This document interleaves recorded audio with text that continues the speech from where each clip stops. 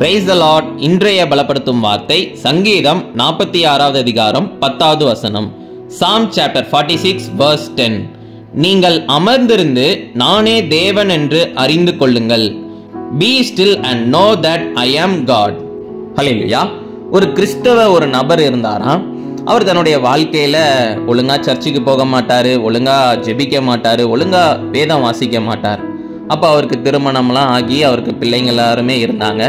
அப்போ திடீரென்று அவருக்கு ஏதோ ஒரு வியாதினால அவர் மரிக்க போகின்ற ஒரு சிச்சுவேஷன்ல அவர் போயிட்டாரு.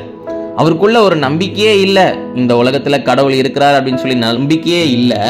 அவர் ஒரு பெயர் கிறிஸ்தவனாக வாழ்ந்து கொண்டிருந்தார். அப்போ திடீரென்று எல்லாரும் சொன்னாங்களா, நீ ஜெபம் பண்ணு, நிச்சயம் தேவன் உன்னை பாதுகாப்பார், உனக்கு ஜீவனை மீட்டு தருவார் அப்படின்னு சொல்லி அவரை ஜெபம் பண்ண சொன்னாங்களாம்.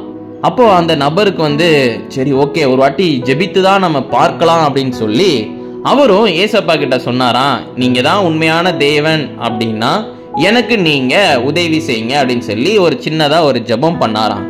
அவர் கண்ணுக்கு முன்னாடியே அவருடைய சரீரத்துல இருக்கிற அந்த பலவீனங்கள் கொஞ்சம் கொஞ்சமா நீங்க ஆரம்பிச்சுதான் ஒரு பரிபூர்ண ஒரு விடுதலைய அவர் பெற்றுக்கொண்டாராம்.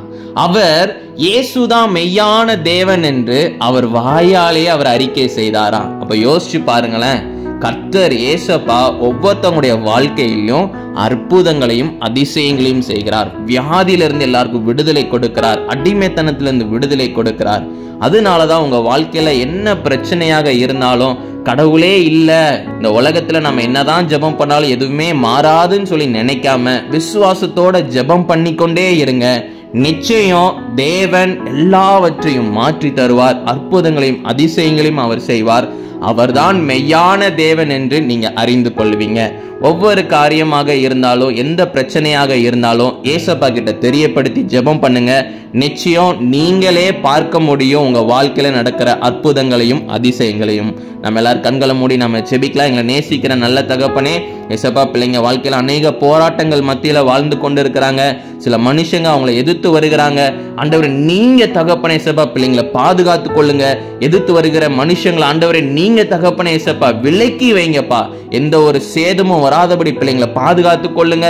நீங்க தகப்பனே தேவைகளை சந்திங்க, அற்புதங்களையும் அதிசயங்களையும் நீங்க செய்யுங்கப்பா. நீங்க மகிமைப்படுங்க. இயேசுவின் மூலம் ஜெபிக்கிறோம் எங்கள் ஜீவனுள்ள நல்ல பிதாவே. ஆமேன், ஆமேன், ஆமேன். நீங்க ஜெபம் பண்ணுங்க, நிச்சயம் உங்க வாழ்க்கையில நீங்களே பார்ப்பீங்க ஏசப்பா உங்க வாழ்க்கையில செய்கிற அற்புதங்களையும் அதிசயங்களையும். God bless you. Have a joyful day.